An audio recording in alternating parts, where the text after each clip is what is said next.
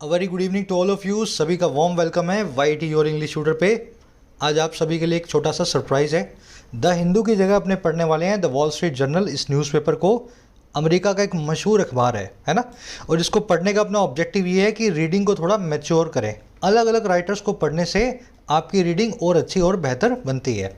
तो इसका एडिटोरियल है कैलिफोर्नियाज फ्रेंच वर्क वीक। इसको आज पढ़ने वाले हैं। बहुत ही इंटरेस्टिंग लिखा हुआ आर्टिकल है। ये आपका क्विज़ है आज का।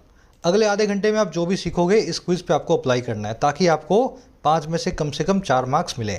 ग्रामर, वोकैबुलरी, कॉम्प्रिहेंशन सब कुछ इस सेशन का इस क्विज़ में कवर हो जाएगा। तो चलिए शुरू कर लेते हैं क्लास को। ज़रूर से सब्सक्राइब करें चैनल को। किसी भी एग्ज़ाम की इंग्लिश के सेक्शन की फुल ऑन प्रिपरेशन आपकी इस चैनल पे बेसिक से होती है। सब्सक्राइब करके बेल आइकन को प्रेस करें ताकि वीडियो के नोटिफिकेशन आपको मिलते रहें।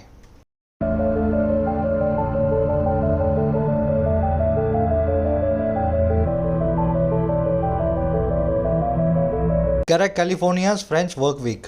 देखिए वर्क वीक का मतलब होता है काम करने वाला हफ्ता, जिस हफ्ते में आप काम करते हो। जैसे इंडिया में वर्क वीक है generally Monday to Saturday, Sunday की सबकी छुट्टी होती है। कहीं कहीं आपको मिलेगा work week Monday to Friday, जैसे कॉरपोरेट सेक्टर में आपको मिलने वाला है। कह रहे वैसे ही कैलिफोर्निया नाम की जो अमेरिका की स्टेट है, इसने एक नया वर्क वीक बनाया है जो फ्रांस से इंस्पायर्ड है, जिसका फ्रेंच से कोई नाता है। आई बात समझ में।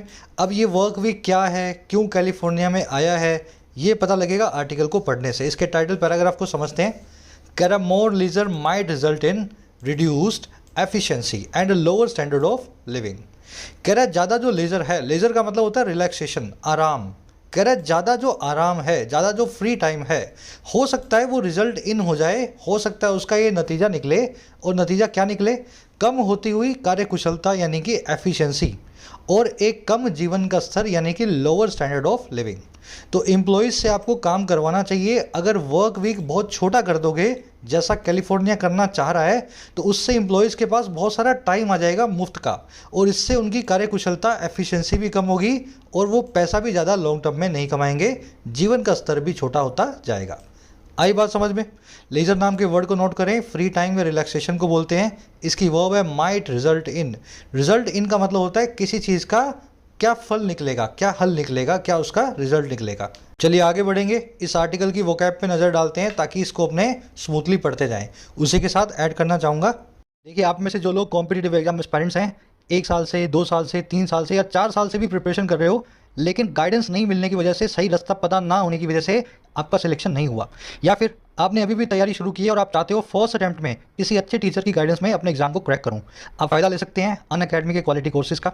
इसी वीडियो के फर्स्ट कमेंट में जाएं, यहाँ पे मिलेंगे आपको लिंक्स। अपने एग्जाम को चूज़ करें। फॉर एग्जाम्पल आप क्लिक करते हैं बैंकिंग पे, और यहाँ से आप अवेल कर सकते हैं बैंकिंग का आइकॉनिक कोर्स, जिसमें बैंकिंग के सभी एग्जाम्स, क्लैरिकल और PO, प्रीलिम्स और मेंस, सबका सब एक सिंगल पैकेज में कवर्ड है।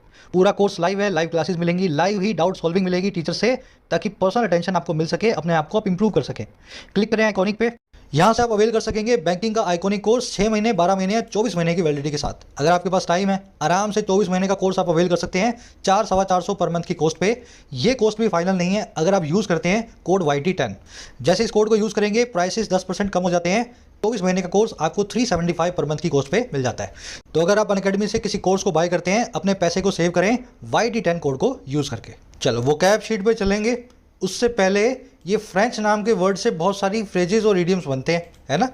एक बार मैं चाहता हूँ सभी लोग जो है ना अपना पूरा एफर्ट दो, कौन कौन सी इडियम्स आपको ये फ्रेजेस आते हैं फ्रेंच और डच नाम की वर्ड से बनने वाले। फिर मैं कहानी के जरिए बताऊंगा, दिमाग में परमानेंटली बैठ जाएंगे। चलो देखो, ये फ्रांस और डच। फ्रांस मतलब फ्रांस आप जानते हैं, डच मतलब हॉलैंड यानी कि नीदरलैंड्स। जो इंग्लैंड है ना, उनके लोग जो है फ्रेंच लोगों से और डच लोगों से बहुत चिढ़ते थे आज से 200-300 साल पहले। तो उन्होंने कुछ बेइज्जती भरी इडियम्स इन लोगों के लिए बना दी। अब ये सारी इडियम्स जो है ना बेइज्जती भरी हैं। जैसे कि फ्रेंच लीव। फ्रेंच लीव का मतलब होता है एक ऐसी लीव ले लेना जो विदाउट परमिशन हो। आपने अपने स्कूल में, कॉलेज में बताया नहीं कहाँ जा रहे हो, बस छुट्टी पे चले गए, तो आप हो फ्रेंच लीव पे, ठीक है। वैसे ही डच करेज, ऐसा करेज जो आप शराब पी करके दिखाते हो। करेज आफ्टर ड्रिंकिंग अल्कोहल, मैंने सारी जो है ना रिमूव की हुई थी, है ना, हाइड की हुई थी, एक एक करके मैं आपके सामने ला रहा हूँ। तो डच करेज मतलब ऐसा करेज जो वास्तव में नहीं है लेकिन शराब पी करके आपने दिखा दिया है। वैसे ही डच फीस्ट, एक ऐसी फीस्ट जहाँ पे मेज़बान जो है मेहमान से पहले ही शराब पी करके बेहोश हो जाए। एक ऐसी दावत जिसमें मेज़बान जो है इतनी शराब पी ले कि जो है मेहमान तो आए पर मेहमानों को मेज़बान जो है नीचे फर्श पे गिरा हुआ मिला। तो डच लोगों का मजाक उड़ाने के लिए डच फीस्ट नाम का इन्होंने एक इडियम बनाया था। फिर वैसे ही डच एक्ट नाम का एक इडियम है। एक्ट का मतलब होता है कारनामा, डच एक्ट का मतलब ही होता है सुसाइड। एक सेकंड रुक जाओ, यह हाइड किया हुआ था मैंने, सुसाइड, ठीक है। डच अंकल एक ऐसा अंकल है जो सबको क्रिटिसाइज करता है। A person who criticizes everyone is called Dutch uncle. और लास्ट में है गो डच। गो डच का मतलब है डच लोगों के व्यवहार को फॉलो करना। गो डच का मतलब होता है किसी भी चीज़ के खर्चे को आपस में बांट लेना। जनरली कौन लोग आपस में खर्चा बांटते हैं? जो लोग एक दूसरे पे खर्चा नहीं करना चाहते हैं, है ना। तो गो डच का मतलब ही यही है कि आप लोग जो है अपने काम से काम रखते हैं। डच लोगों की तरह जब भी कोई खर्चा करते हैं सब उसकी कॉस्ट आपस में बांटने लगते हैं, कोई भी किसी पे खर्चा करके राजी नहीं है। तो इस तरीके से फ्रांस और डच लोगों के ऊपर ये सारी डिसरिस्पेक्टफुल इडियम्स बनी हुई हैं। आई थिंक याद रहेंगी सबको, मैंने कहानी की तरह आपको बता दिया है। चलो आज के क्विज में यूज़ करेंगे। अब आ जाओ अपने आज के वोकैबुलरी वर्ड्स पे। 5-6 वर्ड्स हैं। एनश्राइंड वर्ड आज फिर से करने वाले हैं, बहुत पहले किया था, कई बार कर चुके हैं। फिर एक वर्ड है हमारे पास डॉक्ट्रिन, बहुत बार हो चुका है, बहुत ही अच्छा वर्ड है। अशर इन, मेरे ख्याल से इसको सभी जानते होंगे, हज़ारों बार हो चुकने वाला वर्ड है ये। कोअर्शन एक नया वर्ड है। वर्च्यू ये भी एक आज हमने नया वर्ड ऐड किया है। इस शीट को अगर आप ठीक से फॉलो कर रहे हो, एसएससी बैंकिंग यूपीएससी की वोकैब यहाँ से आपकी हो गई। टेलीग्राम ग्रुप में इसका लिंक रखा है, रोज़ अपडेट होती है। चलो लेगड तो हो गया ना। एनश्राइंड, देखिए श्राइन का मतलब है दरगाह, एनश्राइन मतलब किसी चीज़ को दरगाह में रखना। अब दरगाह में क्या होती है? दरगाह में होती है डेड बॉडी, कहने के लिए, है ना। किसी बड़े जो है पीर आदमी की मज़ार जो होती है, एनश्राइन श्राइन जो होती है, उसमें उसकी बॉडी होती है जहाँ पे लोग जाते हैं और मत्था टेकते हैं। अगर किसी चीज़ को आपने एनश्राइन कर दिया ना दूसरी चीज़ में, तो जैसे मज़ार के अंदर एक बॉडी को, डेड बॉडी को आपने दफनाया है, उसी तरीके से किसी चीज़ को आपने दूसरी चीज़ के अंदर बसा दिया। एनश्राइंड का मतलब होता है अंदर बसा हुआ होना। आ रही बात समझ में? जैसे और fundamental rights and duties are enshrined in our constitution, हमारे मूल अधिकार और कर्तव्य अंदर बसे हुए हैं हमारे संविधान के, अलग से नहीं है, संविधान के अंदर ही बसे हैं। संविधान है तो राइट्स हैं और राइट्स है तो ड्यूटीज़ हैं। एनश्राइंड को एंट्रेंस्ड भी बोलते हैं, इनहेरेंट भी बोलते हैं, एम्बेडेड भी बोलते हैं, डीप भी बोलते हैं, डीप सूटेड और डीप रूटेड। ये सारे वर्ड्स बहुत ईजी हैं समझना। ट्रेंच का मतलब होता है गुफा, है ना, सुरंग सी, सुरंग के अंदर कोई चीज़ बसी हुई है तो एंट्रेंस्ड है। इनहेरेंट मतलब आपके स्वभाव में है, आपकी हेरिडिटी से आपको मिली है, अंदर बसी हुई है। एम्बेडेड मतलब जिसका बेड बना हुआ आपके अंदर, परमानेंटली आपके अंदर है। डीप सीटेड मतलब जिसकी सीट या जिसकी रूट, जिसकी जड़ें बहुत गहरी हैं, एनश्राइंड है। सारे वर्ड्स कनेक्टेड है। आज इस आर्टिकल में एनश्राइंड वर्ड आएगा, डिटेल में करवा रहा हूँ, गलती मत करना, ठीक है। डॉक्ट्रिन, डॉक्ट्रिन का मतलब होता है प्रिंसिपल या बिलीफ, कोई नियम कानून कायदा। इसको टेनेंट, डोगमा, प्रिसेप्ट, एडिक्ट और मैक्सिम भी बोलते हैं। लास्ट वाले तीनों ही वर्ड्स एडवांस्ड हैं, अगर आपको ना आते हो तो बुरा मत बनाना, सीख लो, अच्छे वर्ड्स हैं लास्ट वाले तीनों। अच्छा, अगर मैं ये टेनेंट की जगह ऐसा लिख दूं, ठीक है, ऐसा लिख दूं, तो इसका क्या मीनिंग होता है? टेनेंट की जगह मैं टेनेंट कर दूं तो इसका क्या मीनिंग होता है? सब लोग आंसर करेंगे कमेंट सेक्शन में, और जिनको नहीं आता है डिक्शनरी में जाके खोल लो। टेनेंट की जगह टेनेंट लिख दूं तो वर्ड का कैसे मीनिंग बदल जाता है, इन चीज़ों को आपको ध्यान करना चाहिए। अशर इन एक फ्रेजल वर्ब है, इसका मतलब होता है किसी चीज़ को लेकर के आना, इंट्रोड्यूस करना, ब्रिंग इन करना। अशर कौन होता है? मूवी हॉल में वो आदमी जो टॉर्च लेकर के आपको आपकी सीट तक लेकर के आता है, उसको बोलते हैं अशर।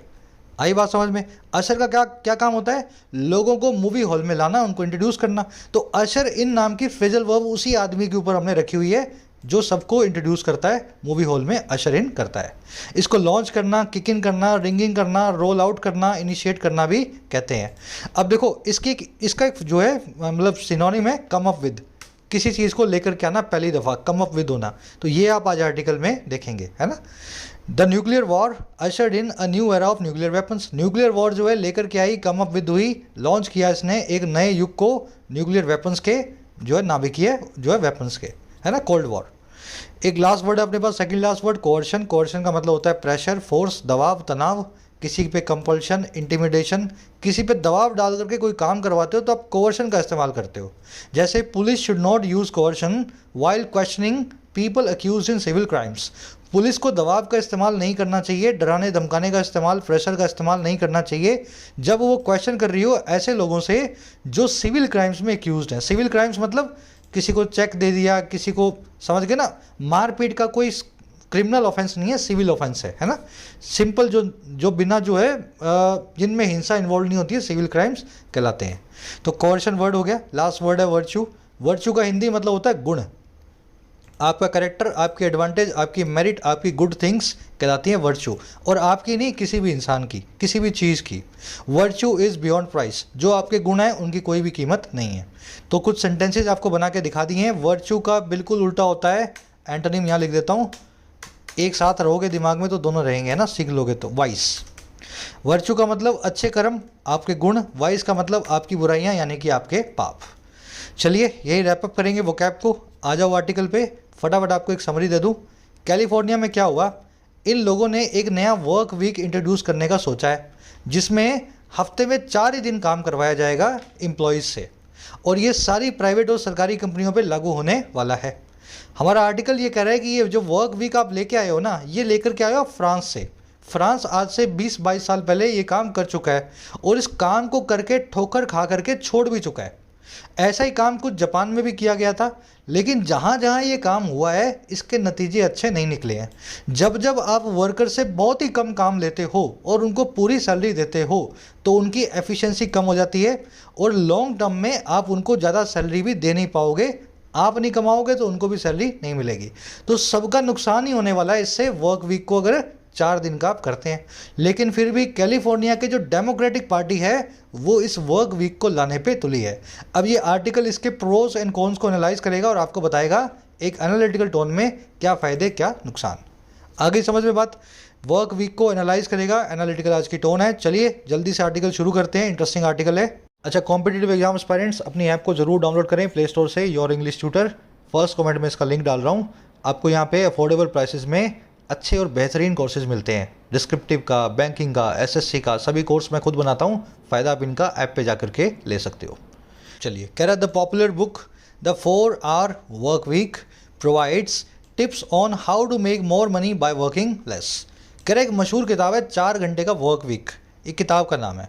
कह रहा ये किताब देती है टिप्स को, और किस चीज़ पे भाई, ऑन लगा के बता रहा है कैसे ज़्यादा पैसा कमाया जाए कम काम करके, बाय वर्किंग लेस। आई बात समझ में। इस किताब की जो वर्ब है वो है प्रोवाइड्स। किताब का देखो, किताब एक प्रॉपर नाउन है। किताब हो, मैगजीन हो, तो क्या लिखा हुआ है इसके आगे देखो, एच का और का एच बड़ा है, डब्ल्यू का जो है वर्क वीक का जो है डब्ल्यू बड़ा है। तो फर्स्ट लेटर को अपने बड़ा कर देते हैं प्रॉपर नाउन्स के, और किताबों के नाम के आगे आप द लगाते हो, है ना, जनरली आपको द लगाना होता है। चलो, कह रहा now California Democrats are taking a page from the book by proposing to mandate a 4-day work week, which would require businesses to pay employees the same wages for less work. कह रहे now अब California के जो Democrats हैं, California में जो democratic party के लोग हैं, कह रहा वो टेक कर रहे हैं, वो ले रहे हैं एक पेज को इसी किताब से, और कैसे प्रपोज करके, सुझा करके एक मैंडेट को, एक ऑर्डर को। और मैंडेट कौन सा है भाई, 4 दिनों के हफ्ते का। कह रहे जिसमें रिक्वायरमेंट होगी, जो रिक्वायर करेगा सारे बिजनेसेस को, व्यापारों को, कि वो पे करें अपने एम्प्लॉयज़ को उतनी ही तनख्वाह, सेम वेजेस जितनी वो अभी दे रहे हैं, और किसके लिए, कम काम के लिए, 5 की जगह 4 दिनों के लेस वर्क के लिए। तो ऐसा हो रहा है, ये 4 और वर्क वीक जो है, इसी किताब को शायद इन्होंने पढ़ लिया कैलिफोर्नियन डेमोक्रेट्स ने, और इन्होंने सोचा कि अब हम भी यही करेंगे कैलिफोर्निया में। डेमोक्रेट्स की वर्ब है आर टेकिंग। अब ये take a page from the book का मीनिंग क्या होता है, ध्यान से समझो। आपने अपनी ऑटोबायोग्राफी लिखी, अपनी जीवनी लिखी, कोई किताब लिखी, उस किताब में से एक पन्ना मैंने निकाल लिया, मतलब उस किताब का एक छोटा सा अंश, छोटा सा हिस्सा, छोटा सा पेज जो है, मैंने उसको अपने आप पे अमल करने की कोशिश की। निकाला क्यों है मैंने, क्योंकि मैं उसको अपनी ज़िंदगी में अमल में लाऊंगा। तो take a page from someone's book का मतलब ही होता है किसी के नक्शे कदम पे चलना, किसी को इमिटेट करना, किसी को कॉपी करना। To follow in the footsteps of someone. आ गई बात समझ में। अब इसी इडियम का एक और ऑल्टरनेटिव फॉर्म है जो कि है लीफ। लीफ का मतलब क्या होता है, जोड़े वाला पेज। किताब में जहाँ पे बीच में जोड़े वाले पेज होते हैं ना, उसको लीफ बोलते हैं, है ना। पेज तो होता है सिंगुलर, लीफ में होते हैं डबल पेज, जुड़े हुए आपस में। तो take a leaf out of someone's book या take a page out of someone's book, मतलब सीधा सा है किसी के नक्शे कदम पे चलना। चलो ईडियम्स को समझो कैसे बनी हुई है ताकि ज़िंदगी भर याद ना करनी पड़े। आगे बढ़ते हैं। ये लेस वाला कॉन्सेप्ट आपको बाद में करवाऊंगा, थोड़ा सा फ्लो बन जाए अपना, है ना। कह रहा है as labour economics goes this is up there with paying people not to work and expecting more people to work. कह रहा है जैसे ही लेबर इकोनॉमिक्स जो है ऊपर ऊपर जाती है, कह रहा है अगर लेबर इकोनॉमिक्स की बात करें, एज लेबर इकोनॉमिक्स गोस, इसका मतलब क्या, अगर इसकी बात की जाए, है ना।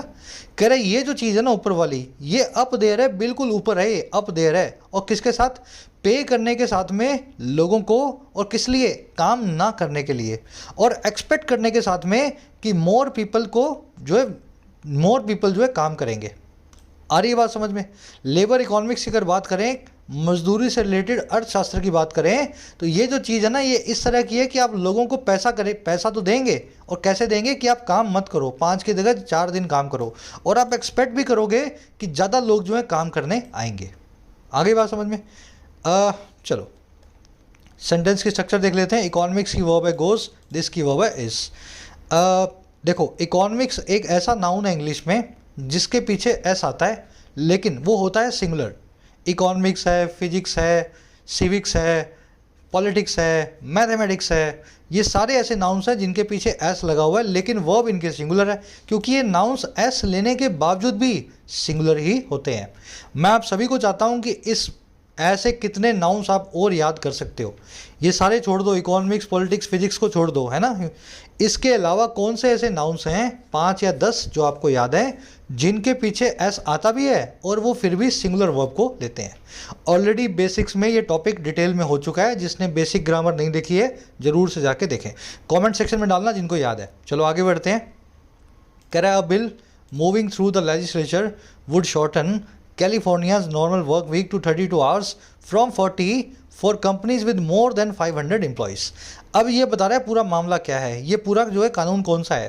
कह रहा है एक नया बिल है, बिल का मतलब टेम्परेरी कानून, ड्राफ्ट लॉ। कह रहा है एक नया ड्राफ्ट लॉ है जो भी मूव थ्रू हो रहा है, जो भी निकल रहा है, पास थ्रू हो रहा है लेजिस्लेचर से, वहाँ की व्यवस्थापिका से। लेजिस्लेचर का मतलब है वहाँ की संसद, है ना, वहाँ की पार्लियामेंट। कह रहा है ये बिल जो है ना शॉर्टन कर देगा, छोटा कर देगा कैलिफोर्निया के नॉर्मल वर्क वीक को, और कहाँ पे, 32 घंटे पे, जो पहले हुआ करता था 40 घंटे। तो पहले 5 दिन काम होता था, 8 5 40, अब 4 दिन होगा, 8 चौका 32। और किसके लिए, ऐसी कंपनीज के लिए जिनके 500 से ज़्यादा एम्प्लॉयज़ हैं। बिल की वर्ब है वुड शॉर्टन, शॉर्टन का मतलब होता है छोटा करना, है ना। मूविंग यहाँ पे पार्टिसिपल है, एडजेक्टिव है, वो वाला बिल जो मूव थ्रू कर रहा था, जो इस जगह से गुजर रहा था। लेजिस्लेचर आप जानते हैं किसी भी देश की व्यवस्थापिका, यानी कि उसकी पार्लियामेंट। कह रहा workers who put in more than 32 hours in a week would have to be paid time and a half. कह रहा अब वो वर्कर्स जो पुट इन करेंगे, जो कंट्रीब्यूट करेंगे, पुट इन करना मतलब, पुट मतलब रखना, इन मतलब अंदर, अपने कंट्रीब्यूशन को अंदर रखना, किसी जगह अपनी भागीदारी देना। कह रहे वो काम करने वाले वर्कर्स जो भागीदारी देंगे 32 घंटा से ज़्यादा एक हफ्ते में, अब उनको पे किया जाना पड़ेगा, would have to be paid. और कितना, time and half. Time and half का मतलब है 1.5 गुना।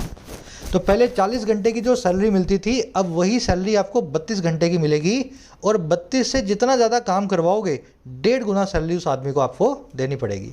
वर्कर्स की वर्ब है would have, has to, have to, had to, ये बताते हैं आपकी मजबूरी को। I have to read now, you have to work now, they have to study hard, है ना।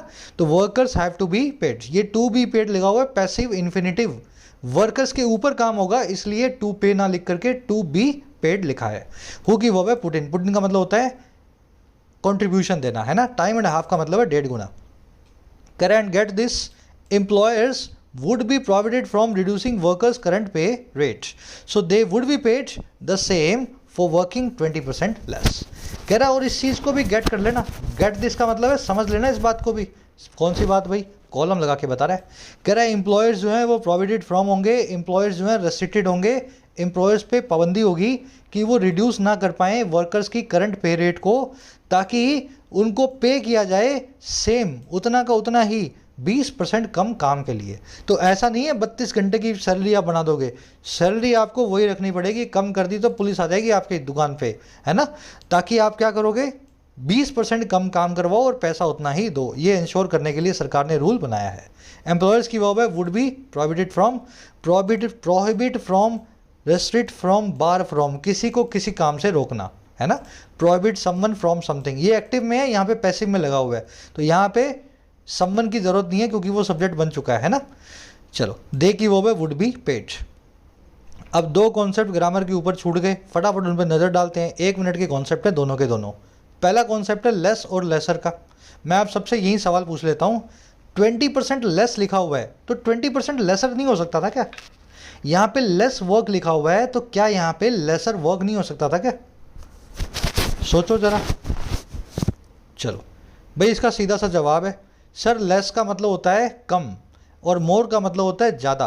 और ये बात किसकी करता है? क्वांटिटी की, क्वांटिटी की, मात्रा की। कम और ज़्यादा, लेस और मोर एक दूसरे के क्या हैं? एंटोनिम्स हैं। और जो लेसर है ये एंटोनिम है ग्रेटर का। ग्रेटर का मतलब होता है ज़्यादा महान, ज़्यादा ग्रेट, या साइज में बड़ा, large in size, large in size. अगर आप साइज में और महानता में ज़्यादा बड़े हो तो ग्रेटर, अगर आप साइज या महानता में छोटे हो तो लेसर। तो महानता और साइज के लिए यूज़ किया जाता है लेसर को, लेकिन क्वांटिटी या मात्रा के लिए यूज़ किया जाता है लेस को।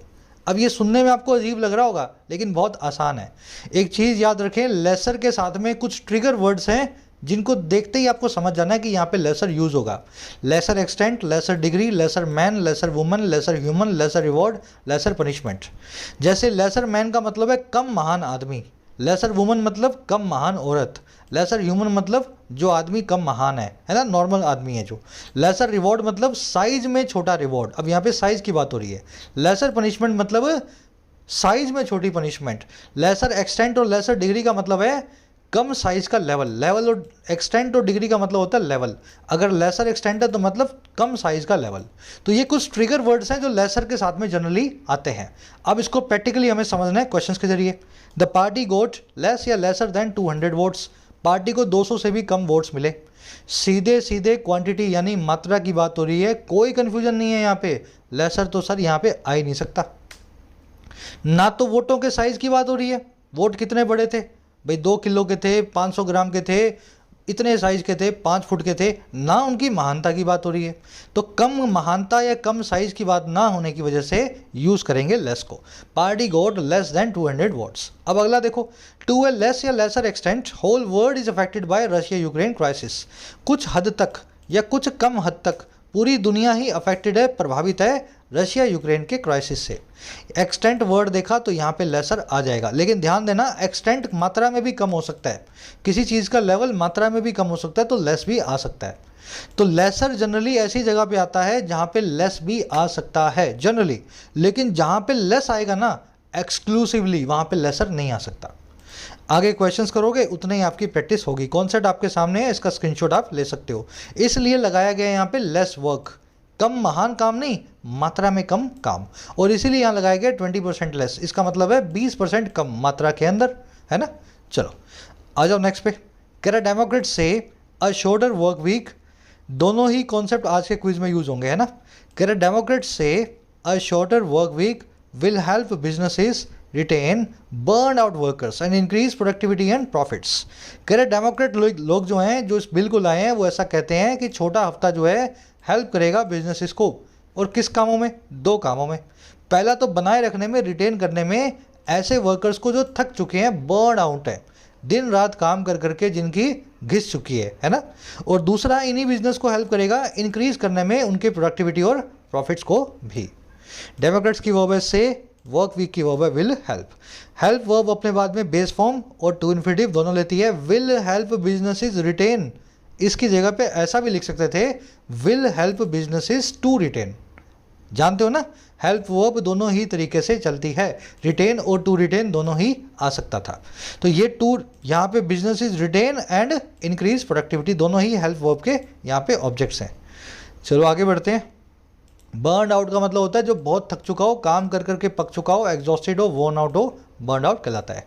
कह रहे do Democrats really think Tesla workers can assemble as many car in 22 hours as they do in 40। अब कह रहे इस पूरी बात से जो उन्होंने कही है ना, इसमें एक लूप होल है। ये सवाल पूछ रहा हूँ उनसे, कह रहा क्या डेमोक्रेट्स जो हैं वास्तव में ऐसा सोचते हैं कि टेस्ला मोटर्स के जो वर्कर्स हैं इलोन मस्क की कंपनी के, वो असेंबल कर पाएंगे उतनी ही कारें 32 घंटों में जितनी वो किया करते हैं 40 घंटों में? कैसे प्रोडक्टिविटी बढ़ जाएगी? टेस्ला के वर्कर्स को तो जितना काम करवाओगे उतनी ही कारें कंपनी असेंबल कर सकती है। तो सब पे ये फॉर्मूला अप्लाई नहीं होगा, कहने का मतलब ये। सेंटेंस इंट्रोगेटिव है, क्वेश्चन वाला है, लास्ट में क्वेश्चन मार्क लगा हुआ है, इसलिए हेल्पिंग वर्ब को सेंटेंस के सब्जेक्ट से पहले रखा गया है। Helping verb before the subject और मेन वर्ब सब्जेक्ट के बाद में। तो सब्जेक्ट हो गया डेमोक्रेट्स, वर्ब होगी do think, Tesla worker subject है सेकंड नंबर और इसकी वर्ब है कैन असेंबल, दे जो है थर्ड सब्जेक्ट है, इसकी वर्ब है टू। आओ नेक्स्ट सेंटेंस पे, कह रहा many employers specially in white collar professions have begun to offer flexible hours and work arrangements. कह रहा बहुत सारे एम्प्लॉयर्स जो हैं खास करके ऊंची प्रोफेशंस में, वाइट कॉलर प्रोफेशंस में, वाइट कॉलर मतलब जिनका कॉलर वाइट है, ऐसे लोग जो ऑफिस में एसी में बैठते हैं, सफ़ेद कपड़े पहनते हैं, उनको कपड़े मैले होने का डर ही नहीं है क्योंकि वो कोई काम ही नहीं करते हैं, मिट्टी जिन पे पड़े। वाइट कॉलर लोग मतलब इंटेलेक्चुअल पीपल या पीपल इन इंटेलेक्चुअल जॉब्स। समझ में आ गई? डॉक्टर है, इंजीनियर है, बड़ा है ना, वकील है, सीए है। और ब्लू कॉलर होता है इसका बिल्कुल उल्टा, इसका मतलब होता है ऐसे लोग जो कि मैनुअल वर्क करते हैं, फैक्ट्रीज में काम करते हैं, मजदूरी काम करते हैं। तो कह रहा है बहुत सारे एम्प्लॉयर्स खास करके वाइट प्रोफेशन में, है ना, वाइट कॉलर प्रोफेशन में, कह रहा है उन्होंने शुरू कर दिया है ऑफर करना फ्लेक्सिबल यानी लचीले आवर्स को और वर्क अरेंजमेंट्स को। तो आजकल वाइट कॉलर प्रोफेशनल्स कभी भी ऑफिस जाते हैं, घर से भी काम कर लेते हैं, जूम कॉल पे भी उनका काम हो जाता है। अब ये बता रहा है इसकी ज़रूरत नहीं थी क्योंकि ऑलरेडी ऐसे काम जो है ऑलरेडी चल रहे हैं, है ना। एम्प्लॉयर्स की वर्ब है हैव बिगन, बिगिन की थर्ड फॉर्म है बिगिन, बिगन, बिगन, हैव के बाद। कह रहा सम हैव नोटिस्ड, ये जो मैं आपको कॉन्सेप्ट बताता हूँ ना, वाइट कॉलर ब्लू कॉलर, ये बहुत काम आएंगे आपको इकोनॉमिक्स के आर्टिकल्स पढ़ने में, तो इनको याद किया करो, समझा करो। कह रहा some have noticed diminishing returns on labour output where by workers after a certain point produce less the longer they work. कह रहा है कुछ लोगों ने ऐसा नोटिस भी किया है। ऐसा क्यों किया गया भाई ये सब काम? कह रहा है कुछ लोगों ने ऐसा नोटिस किया है, और किसको? कम होती हुई रिटर्न्स को, प्रॉफिट्स को, और किस पे? लेबर के आउटपुट पे, लेबर के प्रोडक्शन पे। कह रहा है जिसके अंदर वेयर बाय, जिसके अंदर वर्कर्स जो हैं एक सर्टेन पॉइंट के बाद में कम प्रोड्यूस करने लगते हैं, प्रोड्यूस करते हैं लेस, और कितना? उतना ही लॉन्गर जितना वो काम करते हैं, longer the work, longer they work. तो ऐसा कुछ लोगों ने कई जगह पे देखा है कि अगर 12 की जगह 17 घंटे काम करवाओगे ना, तो वो 10 घंटे जितना ही काम करेंगे 17 घंटे में, क्योंकि 12 घंटे के बाद वो काम को ख़राब करना शुरू कर देते हैं, है ना। सम की वर्ब है हैव नोटिस, वर्कर्स की वर्ब है प्रोड्यूस, दे की वर्ब है वर्क। डिमिनिशिंग मतलब कम होती हुई, रिड्यूसिंग या फॉलिंग भी इसको बोलते हैं। कह रहा है if companies think reducing hours will improve employ morale, productivity and profits, they will do it. कह रहा है अगर कंपनीज ऐसा सोचती हैं कि रिड्यूस करना है अगर आवर्स को, ये काम इम्प्रूव करेगा उनके एम्प्लॉय मोरल को, उनकी एम्प्लॉय के मोरल को, मोरल का मतलब होता है कॉन्फिडेंस को। कह रहा है और वहाँ की प्रोडक्टिविटी को और प्रॉफिट्स को। कह रहा है अगर कंपनी ऐसा सोचती है ना तो वो ऐसा कर भी देंगी, उनको कहने की या बताने की ज़रूरत नहीं है। तो ये जो डेमोक्रेट्स कह रहे हैं ना, ये बात अपने आप में वाहियात बात है। टेस्ला का एग्जाम्पल लोगे तब भी समझ जाओगे, और अगर कंपनीज का एग्जाम्पल लोगे तो कंपनी खुद ही ये काम कर देगी, डेमोक्रेट्स को ज़बरदस्ती करवाने की ज़रूरत नहीं है। कंपनीज की वर्ब है थिंक, रिड्यूसिंग आवर्स की वर्ब है विल इंप्रूव, दे की वर्ब है विल डू। समझ में आ रही है चीज़ें, सब चीज़ें क्या कहना चाह रहा है मोरल? अब इस वर्ड को देख लो।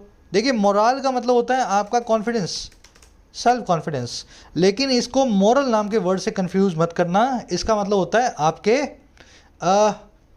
आपकी वैल्यूज़, ठीक है। वैल्यूज़ समझते हो ना, आपके जो प्रिंसिपल हैं, सिद्धांत हैं, ये मॉरल है ना, वैल्यूज़। ये मोरल है, इसका मतलब है आपका confidence. Both are different words, आपस में कंफ्यूज नहीं करने हैं। आ जाओ नेक्स्ट पैराग्राफ पे। कह रहा है लिबरल्स, अब देखो पहले इसने बताया कि डेमोक्रेट्स क्या कह रहे हैं, फिर इसने बताया कि डेमोक्रेट्स कह रहे हैं वो कितनी गलत बात है, अब फिर बताएगा डेमोक्रेट्स इस गलत बात को कैसे जस्टिफाई करते हैं। कह रहा है जो लिबरल्स हैं, जो डेमोक्रेटिक पार्टी के लोग हैं, कह रहा है वो साइड करते हैं, liberal sides Microsoft experiment with a 4-day work week in Japan which reportedly improve productivity by 40%। कह रहे हैं जो लिबरल्स लोग हैं डेमोक्रेटिक पार्टी के, ये हवाला देते हैं माइक्रोसॉफ्ट के एक एग्जाम्पल का, एक एक्सपेरिमेंट का, जो था 4 दिनों के वर्क वीक का जापान में, जिसने रिपोर्टेडली, कथित तौर पे ऐसा रिपोर्ट किया गया है, जिसने रिपोर्टेडली इम्प्रूव कर दिया प्रोडक्टिविटी को 40% से। तो अब ये इसके मतलब इसकी काट में ये एग्जांपल देते हैं कि जापान में भी हो चुका है जहाँ पे प्रोडक्टिविटी बहुत बढ़ी थी। लिबरल्स की वर्ब है साइट, विच की वर्ब है इम्प्रूव्ड। आगे बढ़े, कह रहा but Microsoft also made other changes to boost productivity including shorter meetings. कह रहा लेकिन माइक्रोसॉफ्ट ने दूसरे भी कई बदलाव किए बूस्ट करने के लिए, बढ़ावा देने के लिए अपनी प्रोडक्टिविटी को, जिसमें शामिल है मीटिंग्स का छोटा हो जाना। तो सिर्फ 4 दिनों के वर्क वीक से ही प्रोडक्टिविटी नहीं बढ़ी, माइक्रोसॉफ्ट ने और भी कई काम किए थे जापान के अंदर। माइक्रोसॉफ्ट की वर्ब है मेड। कह रहा 4 day week might work for tech companies but it probably won't for most businesses. कह रहा 4 दिनों का हफ्ता है, हो सकता है वो काम कर जाए, माइट वर्क हो सकता है वो फ्यूचर में काम कर जाए आईटी कंपनीज के लिए, टेक कंपनीज के लिए, लेकिन प्रोबेबली काम नहीं करेगा मोस्ट बिजनेसेस के लिए, ज़्यादातर व्यापारों के लिए। वीक की वर्ब है माइट वर्क, इट की वर्ब है वॉन्ट। सिंपल आर्टिकल है, रिपीट करने की जरूरत नहीं है ना सेंटेंसेस को। 4 डे आप जानते हैं क्यों लगा हुआ है, हाइफनेटेड एडजेक्टिव है, नाउन के लिए दूसरे नाउन को एडजेक्टिव बनाया गया है, इसलिए उसके आगे से एस को निकाला गया है। 4 डे लिखा है, 4 डेज नहीं लिखा। कह रहा workers will have more leisure but at the cost of less efficiency and lower standard of living. कह रहा वर्कर्स के पास होने वाला है और ज़्यादा खाली वक्त। लीजर आप देख चुके हो ना, एकदम चिल मारने का टाइम, आराम से पड़े रहो। तो वर्कर्स के पास और आराम आने वाला है और वक्त आने वाला है, लेकिन ये कैसे आएगा? ये आएगा एट द कॉस्ट ऑफ, कीमत पे, और किसकी? कम कार्यकुशलता की और लोअर स्टैंडर्ड ऑफ लिविंग की। तो वो काम ठीक से नहीं करेंगे, आराम ही आराम करेंगे, 4 ही दिन उनसे काम करवाओगे हफ्ते में तो, और उनका स्टैंडर्ड ऑफ लिविंग भी जो है कम होता जाएगा। लॉन्ग टर्म में उनकी कंपनी घाटे में जाएगी और उनकी तनख्वाह जो है कभी बढ़ेगी नहीं, है ना, जीवन स्तर भी कम हो जाएगा। वर्कर्स की वर्ब है will have. Eight the cost of का मतलब होता है इस कीमत पे, एट द कॉस्ट ऑफ मतलब इस कीमत पे। He rescued the boy from drowning at the cost of his own life. उसने बच्चे को डूबने से बचाया, और किस कीमत पे? अपनी खुद की जान दे करके, eight the cost of his own life. तो ऐसे ये फ्रेज इंग्लिश में यूज़ होता है ना। जब भी कोई फ्रेज नया सीखो उसको एक सेंटेंस से कनेक्ट करना पड़ेगा अगर दिमाग में बिठाना है। चलो, कह रहा as is often the case with bad economic ideas France enshrined a 35 hour work week in 2000। अब देखो जापान का एग्जाम्पल ये लोग देते हैं, अब हमारा आर्टिकल एग्जाम्पल देगा जो है फ्रांस का। फ्रांस में भी कुछ हुआ था। कह रहा जैसा कि केस होता है अक्सर, as is often the case, और किसके साथ? खराब आर्थिक विचारों के साथ, इकोनॉमिक आइडियाज़ के साथ। तो क्या ख्याल है खराब वाला? कह रहा है जैसा होता है ना वैसे ही फ्रांस ने भी एनश्राइन किया था, फ्रांस ने भी अपनाया था, अपने अंदर बसाया था 35 घंटे के वर्क वीक को सन 2000 में। एज की वर्ब है इज, फ्रांस की वर्ब है एनश्राइंड। एनश्राइन मतलब आप जानते हो एंट्रेंच करना, एम्बेड करना, अपने अंदर बसाना, है ना, इनहेरेंट करना। चलो, फ्रांस एक जोग्राफिकल लोकेशन है, जोग्राफिकल लोकेशंस के आगे जनरली द को नहीं लगाया जाता है। अब याद करो सभी के सभी कौन सी लोकेशंस हैं जिनके आगे द लगेगा, ऐसी कौन सी जोग्राफिकल लोकेशंस हैं जिनके आगे आपको द हमेशा लगाना होता है। बढ़े आगे, चलो ये चीज़ें रोज़ डिस्कस होती हैं, क्लास में रेगुलर रहोगे, 10-12 दिन में सारे कॉन्सेप्ट सीख जाओगे। कह रहा था thinking was that by forcing everyone to work less more people would be hired. कह रहा थिंकिंग ये थी, थिंकिंग वॉज फ्रांस की। कह रहा कि बाय फोर्स करके, दबाव दे करके हर आदमी को कि वो कम काम करे, ज़्यादा लोगों को हायर किया जाएगा। तो बेरोजगारी को कम करने के लिए फ्रांस ने सन 2000 में इस आइडिया को अपनाया था। आई बात समझ में?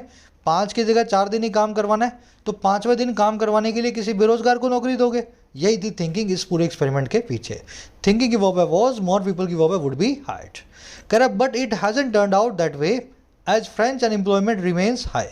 कह रहा लेकिन ये निकल करके नहीं आया है, ये टर्न आउट नहीं हुआ है, ये रिजल्ट ही नहीं हुआ है उस तरीके से, दैट वे, जैसा कि फ्रेंच की अनएम्प्लॉयमेंट जो है आज भी बनी हुई है बहुत ही ज़्यादा, बहुत ही हाई। तो आज तक फ्रांस में ये चल तो रहा है, लेकिन बेरोजगारी आज भी उतनी ही है। इट की वर्ब है hasn't turned out, French unemployment की वर्ब है रिमेन्स। कह रहे most advanced economies have a 40 hour work week. दुनिया की सबसे बेहतरीन जो अर्थव्यवस्थाएं हैं, एडवांस अर्थव्यवस्थाएं हैं, उनमें 40 घंटा का ही वर्क वीक रहता है। इकोनॉमीज की वर्ब है हैव। मोस्ट के आगे द ना लगाएं अगर आप ज़्यादातर की बात करते हैं, ज़्यादातर इकोनॉमीज की बात हो रही है ना, मोस्ट इकोनॉमीज, तो द के बिना। अगर सबसे ज़्यादा की बात हो, जैसे the most intelligent girl in the class, तब मोस्ट के आगे द को लगाएं। सबसे ज़्यादा का मतलब है द मोस्ट, ज़्यादातर का मतलब है बिना द के मोस्ट। याद है ना इतना कॉन्सेप्ट। चलो, कह रहा था UK doesn't even have a legal limit. कह रहा है यूके में तो कोई लिमिट ही नहीं है, आप तो 96 घंटा भी काम करवा सकते हो यूके में लोगों से, वहाँ पे सरकार कोई लिमिट को डिसाइड करती ही नहीं है। यूके की वर्ब डजेंट इवन हैव। आगे बढ़े, देखो यूके एक जगह का नाम है लेकिन द लगा हुआ है इसके आगे, यूनाइटेड आ रहा है इसके नाम में, तो यूके, यूएस, यूएई, ऐसी सभी कंट्रीज़ के आगे आपको द लगाना होता है। कह रहे supporters say the 32 hour work week is no big deal because it would apply only to employers with more than 500 workers. अब इसके सपोर्टर्स ये कह रहे हैं इस पूरे काम के कि 32 घंटे का जो वर्क वीक है कोई भी बड़ी बात नहीं है, इज़ नो बिग डील।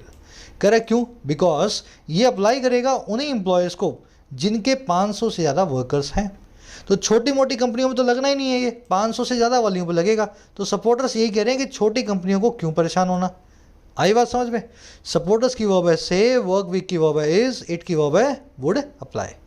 कह रहा but those companies employ more than half of California's workers and small businesses they contract with could eventually be swept in under the state's joint employer doctrine.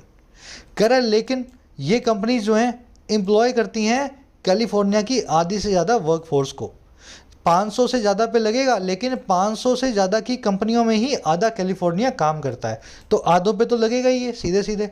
और छोटे businesses जिनसे ये contract करते हैं, जिससे ये बड़ी कंपनियां कोई जो है करार या कॉन्ट्रैक्ट करती हैं, कह रहा है इनको भी इवेंचुअली स्वीप इन कर लिया जाएगा पैसिव वॉइस में, इनको भी कवर कर लिया जाएगा इसी अंडर में स्टेट के जॉइंट एम्प्लॉयर डॉक्ट्रिन के।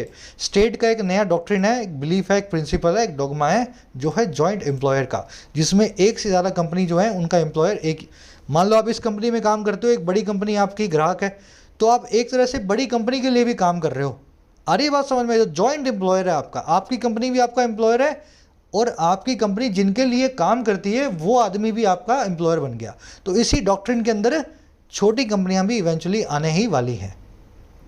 चलो, कंपनीज की वर्ब है एम्प्लॉई, स्मॉल बिजनेसेस की वर्ब है could be swept in, eventually का मतलब आखिरकार, स्वीप इन का मतलब होता है कवर करना, है ना, स्वीप इन अंडर मतलब कवर हो जाएगा नीचे, दे की वर्ब है कॉन्ट्रैक्ट विद। डॉक्ट्रिन जानते हैं आप, चलिए आगे बढ़ते हैं। अब ये लास्ट अपने पास छोटे छोटे पैराग्राफ्स हैं, अब इनमें करेगा कंक्लूजन। कह रहा while the bill may not pass immediately, California is an incubator of progressive ideas that are often taken up by Democrats everywhere. कह रहे जहाँ ये बिल जो है पास नहीं होगा फटाफट से, मे नॉट पास इमीडिएटली, हमें पता है ये बिल में टाइम लगेगा। कह रहा वहीं पे कैलिफोर्निया जो है ना वो इंक्यूबेटर है, वो ब्रीडिंग ग्राउंड है, वो एक जन्म स्थल है, एक स्रोत है, एक सोर्स है, और किसका? प्रोग्रेसिव आइडिया का, आगे बढ़ने वाले विचारों का। कह रहे जो कि अक्सर टेकन अप किए जाते हैं, अडॉप्ट किए जाते हैं, ले लिए जाते हैं, अपना लिए जाते हैं डेमोक्रेटिक पार्टी के लोगों के द्वारा दूसरी जगहों पे भी, एल्सवेयर एट अदर प्लेसेस। आई बात समझ में? तो बिल अभी पास नहीं हो रहा, लेकिन ऐसे विचार हमेशा कैलिफोर्निया से ही शुरू हुए हैं जो नए नए होते हैं, प्रोग्रेसिव होते हैं, और उनको यूएस की बाकी 49 स्टेट्स में भी रेप्लिकेट यानी कि फॉलो किया जाता है। बिल की verb may not pass, California की वर्ब है इज, इंक्यूबेटर मतलब किसी चीज़ का जन्म स्थान, ब्रीडिंग ग्राउंड, है ना, सोर्स, दैट की वर्ब है are often taken up, elsewhere का मतलब दूसरी जगह। अब देखो एग्जांपल देगा, कह रहा है सिंगल पेयर हेल्थ केयर, अब millionaires tax and climate cap and trade all started in Sacramento. कह रहे ये तीनों की तीनों चीज़ें, single pair health care scheme, millionaire लोगों पे अलग से लगने वाला टैक्स करोड़पति लोगों पे, और क्लाइमेट के ऊपर कैप और ट्रेड। कह रहे ये सारी जो तीनों स्कीम्स है ना, नई नई स्कीम्स जो अमेरिका में आई थी, जिनके बारे में हमें ज़्यादा नहीं पता है, कह रहे ये सारी स्कीम्स जो हैं शुरू हुई थी कैलिफोर्निया स्टेट की कैपिटल में सैक्रामेंटो में। आई बात समझ में? सब कुछ यहीं से शुरू होता है, तीनों की वर्ब है स्टार्टेड। कह रहा and sure enough California has already introduced a bill to mandate a 32 hour work week nationwide. और कह रहे इस बात को भी ध्यान में रखना, श्योर इनफ ये बात भी पक्की है कि कैलिफोर्निया ऑलरेडी इंट्रोड्यूस कर चुका है एक कानून को जो मैंडेट करेगा, जो ऑर्डर दे देगा, जो ज़रूरी बना देगा इसी 32 घंटा वाली तामझाम को पूरे देश में। तो कैलिफोर्निया ना सिर्फ यहाँ पे खुद अपनी कैलिफोर्निया में, बल्कि यहाँ की पार्टी पूरे अमेरिका में इस बिल को लाने के लिए ऑलरेडी तैयार बैठी है। कैलिफोर्निया की वर्ब है हैज़ ऑलरेडी इंट्रोड्यूस्ड, है ना। नेशन वाइड मतलब पूरी नेशन में, ऑल ओवर द यूएस। चलिए लास्ट पैराग्राफ है। अब ये बताना चाह रहा है लास्ट पैराग्राफ में अपने गुस्से को कि ये डेमोक्रेट लोग ऐसा करते क्यों हैं। कर why do progressives think any idea they come up with has to be imposed by political coercion. करे क्यों ऐसा प्रोग्रेसिव सोचते हैं, वाई डू प्रोग्रेसिव थिंक्स, कह रहा प्रोग्रेसिव लोग ऐसी बातें क्यों सोचते हैं, लिबरल लोग, है ना। कह रहा कोई भी आइडिया, बात ये है कि कोई भी आइडिया, कोई भी विचार जिसको वो पहली बार सुझाएं, जिसको वो इंट्रोड्यूस करें, जिसके साथ वो कम अप विद हों, कह रहे उसको इम्पोज किया ही जाना चाहिए, हैज़ टू इम्पोज। और किसके द्वारा भाई, पॉलिटिकल कोएर्शन के द्वारा, राजनीतिक दबाव के द्वारा। कह रहे लिबरल्स को, प्रोग्रेसिव्स को हमेशा यही लगता है कि कोई भी नया वो कुछ सोचेंगे ना, उसको राजनीतिक दबाव से वो इंट्रोड्यूस करवा देंगे। ऐसा वो क्यों सोचते हैं। सेंटेंस इंट्रोगेटिव है, अगेन क्वेश्चन वाला लगा हुआ है, वाई से शुरू हो रहा है। इंट्रोगेटिव सेंटेंस में इन्वर्जन होगा हमेशा हेल्पिंग वर्ब सब्जेक्ट से पहले होगी। तो डू हेल्पिंग वर्ब, प्रोग्रेसिव से सब्जेक्ट से पहले, प्रोग्रेसिव की वर्ब है डू थिंक। आइडिया की वर्ब है has to be imposed, passive voice में दे आया है लिबरल्स के लिए, प्रोग्रेसिव्स के लिए। इसकी वर्ब है कम up with. Come up with होना, किसी चीज़ को नई जो है पहली बार लेकर के आना। कोअर्शन, प्रेशर, कंपल्शन, है ना, किसी चीज़ का डोमिनेशन या दबाव। आगे कह रहा है यू नो द आंसर, आपको जवाब तो पता ही है। अच्छा क्या जवाब है, कह रहा है because they believe in their superior moral virtue and they like to order other people around. कह रहा है क्योंकि वो लोग बिलीव इन करते हैं, डेमोक्रेट्स और प्रोग्रेसिव्स का पूरा विश्वास है, और किसमें, उनके बेहतरी में, बेहतर मॉरल वर्च्यूज़ में। उनको लगता है हमारे मॉरली, हमारे अंदर सिद्धांतों के हिसाब से सुपीरियर गुण है, हमारे सिद्धांत जो हैं कंजर्वेटिव से ज़्यादा अच्छे हैं, है ना। तो ये रीज़न है उनका हर चीज़ में दबाव डालने का, वो अपने आप को सुपीरियर समझते हैं और वो चाहते हैं, कोशिश करते हैं, लाइक करते हैं कि वो ऑर्डर करें आसपास के दूसरे लोगों को अराउंड। ऑर्डर समवन अराउंड का मतलब है सबको अपने इशारों पे नचाना, ऑर्डर अराउंड करना, इधर उधर घुमा देना। तो ये इसका जो है ना ओपिनियन है इस वॉल स्ट्रीट जर्नल नाम के न्यूज़पेपर का, कि लिबरल्स ऐसा इसीलिए करते हैं क्योंकि उनको लगता है वो सुपीरियर हैं और आसपास के लोगों को अपनी उंगली पे नचा सकते हैं। यू की वर्ब है नो, दे की वर्ब है बिलीव इन, दे की वर्ब है लाइक। ऑर्डर अराउंड मतलब सबको आसपास नचाना, वर्च्यू मतलब गुण, आपकी अच्छी चीज़ें, वाइस मतलब आपके अवगुण, आपके बुरे पाप, आपकी बुरी चीज़ें, है ना। दोनों वर्ड्स आप जानते हो। चलिए बिलीव इन समवन, किसी का, इसका मतलब होता है किसी चीज़ में, किसी इंसान में विश्वास करना। बिलीव ऑन नहीं, हमेशा बिलीव इन को ही यूज़ करें। चलिए इंटरेस्टिंग आर्टिकल था, छोटे छोटे सेंटेंसेस थे, लेकिन ऐसे आर्टिकल्स की भी पढ़ने की आपकी थोड़ी कैपेसिटी होनी चाहिए, है ना।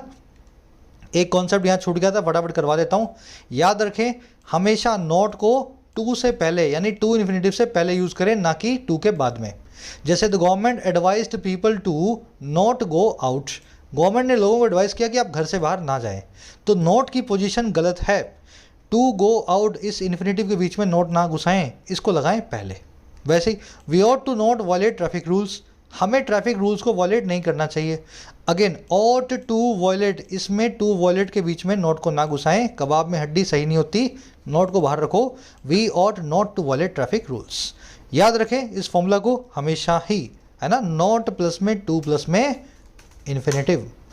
चलो ये रूल आज के क्विज में यूज़ होगा। आ जाओ फटाफट से क्विज पे, एक लाइक और एक शेयर जल्दी से दे दो, चैनल को सब्सक्राइब कर लो। सीखते हो तो सब्सक्राइब करने से चैनल को ग्रोथ मिलती है ना। गो डच क्या होता है ऑलरेडी आप जानते हो, डच एक्ट, है ना, Dutch feast, Dutch uncle, Dutch courage, ये सब चीज़ें आप ऑलरेडी जानते हो। फ्रेंच लीव, वहीं पे ईडियम मैंने आपको बताई थी गो डच। आराम से देख लो, जाकर के रिवाइज कर लो, रिवाइंड कर लो वीडियो को। इसका आंसर आपको इसी वीडियो के फर्स्ट कमेंट में डाल रहा हूँ, वहाँ से आपको चेक करना है, ठीक है। चारों में से एक इसका आंसर है। चौथा और पांचवा दो एरर्स हैं इसी जो आपको सेंटेंस में मिलेगी, ढूंढो एरर्स को। मैं आपको हिंट दे रहा हूँ, अगर हो सके तो उस हिंट से उस एरर्स को पकड़ने की कोशिश करना, ठीक है। तो इन दोनों वर्ड्स के अंदर आपको एरर्स मिल सकती हैं, कोशिश करो खोजने की, नहीं मिलती है तो कमेंट्स में जाओ, वहाँ पे आपको मिल जाएंगी। फर्स्ट और सेकंड है कॉम्प्रिहेंशन के। फर्स्ट में पूछा है नए लॉ से रिलेटेड कौन सी चीज़ सही नहीं है, कौन सी चीज़ गलत है। तो देखो 3-4 चीज़ें इसमें बताई गई हैं, किस तरह की कंपनी पे लगेगा, किस तरह के लोगों लेकर के आए हैं इसको, कैसे घंटे कम या ज़्यादा होंगे, और कैसे वाइट कॉलर लोगों पे इसका प्रभाव पड़ने वाला है। आप आर्टिकल पूरा अच्छे से पढ़ चुके हो, आप इसमें बताने की ज़रूरत ना पड़े। आराम से देखो चारों में से कौन सी चीज़ इस बिल से नहीं जुड़ी है, वही आपका आंसर बन जाएगी। अब इसी वीडियो के फर्स्ट कमेंट में आंसर डाल रहा हूँ हिंट के साथ, वहाँ से मैच कर लेना, ठीक है? ढूंढ लोगे ना? चलो सेकंड में क्या देखना है? सेकंड में पूछ रहे हैं जापान में जो एक्सपेरिमेंट हुआ था इनमें से कौन सी चीज़ सही बात है उस एक्सपेरिमेंट को लेकर के। तो मैंने 4 चीज़ें लिखी हैं, 4 में से 3 झूठी हैं, ढूंढो एक चीज़ उनमें से सही है। आ गई बात समझ में? 4 में से 3 क्या है? झूठी हैं, एक सही है, तो सही वाली आपको निकाल लेनी है, ठीक है? फर्स्ट कमेंट में आंसर्स है, वहाँ से मैच कर लो। चारों पांचों के आंसर डाल रहा हूँ। आउट ऑफ 5 कितने मार्क्स मिले जरूर से बताएं कमेंट सेक्शन में। कोई भी आपके सजेशंस हो, रिक्वायरमेंट्स हो, कमेंट्स में लिखा करो, मैं ज़रूर से पढ़ता हूँ। लाइक और एक शेयर जरूर से देना सेशन को। कोर्सेज से रिलेटेड कोई भी क्वेरी हो, अभी सभी कोर्सेज अवेलेबल हैं अपनी ऐप पे, राइटिंग स्किल्स का भी, एसएससी का भी, बैंकिंग का भी। कोई भी क्वेरी हो, ये नंबर है, इस पर व्हाट्सअप करें, आपको रिप्लाई मिल जाएगा। Until then, signing out.